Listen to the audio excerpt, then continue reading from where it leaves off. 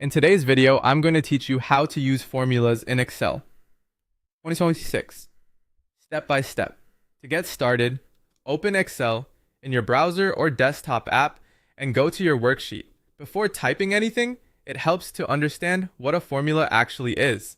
In Excel, a formula is an expression that calculates a value using numbers, cell references, operators, and built-in functions.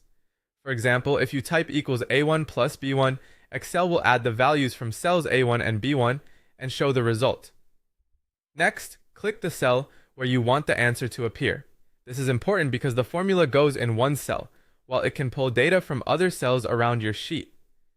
Once that result cell is selected, begin by typing an equal sign.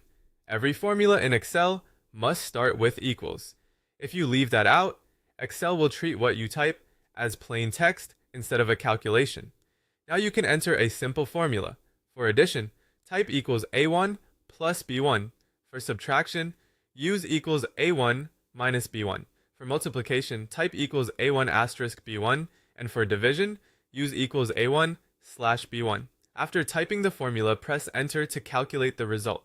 As you work in Excel, it's usually better to use cell references instead of typing numbers directly into formulas. For example, typing equals A2 plus B2 means the result will automatically update if the values in A2 or B2 change later.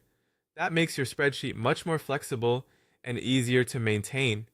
You can also use Excel's built-in functions, which are pre-made formulas designed to save time. The sum function adds a range of numbers, like equals sum open parenthesis A1 colon A10 close parenthesis. The average function calculates the mean of a range. Max returns the highest value and min returns the lowest. These are some of the most useful formulas to learn first because they're used constantly in everyday spreadsheets. If you want to reuse a formula, select the cell that contains it and move your cursor to the small square